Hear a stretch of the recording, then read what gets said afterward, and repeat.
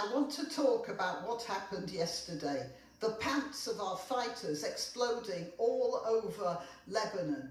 I called the Motorola helpline and they won't give us a refund. All credit. I'm done with this. I won't buy from them anymore. I'm switching to Nokia. I miss the old days when the Jews only had spy dolphins and space lasers.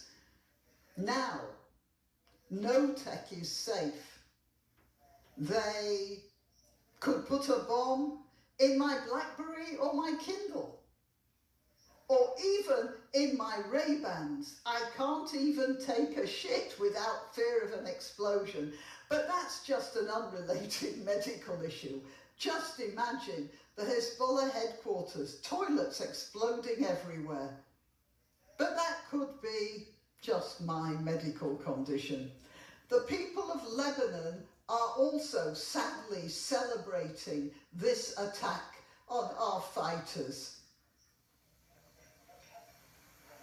But luckily we still have friends in the West. They are sharing our pain, metaphorically. I want to thank our Jewish brothers and sisters from Jewish Voice for Peace, and If Not Now. I have to explain here, Jewish Voice for Peace and If Not Now are organisations of people who purport to be Jewish. Some of them are, and that's without a doubt.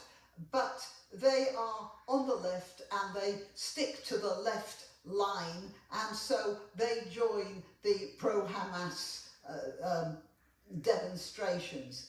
Anyway, he says, well, according to this translation, I want to thank our Jewish brothers and sisters from Jewish Voice for Peace, and If Not Now, we thank you. But we'll still kill you. Nothing personal, of course. Nothing personal. Once we conquer America, we have no use for you. One more thing before I go. Death to Israel. And also, death to America.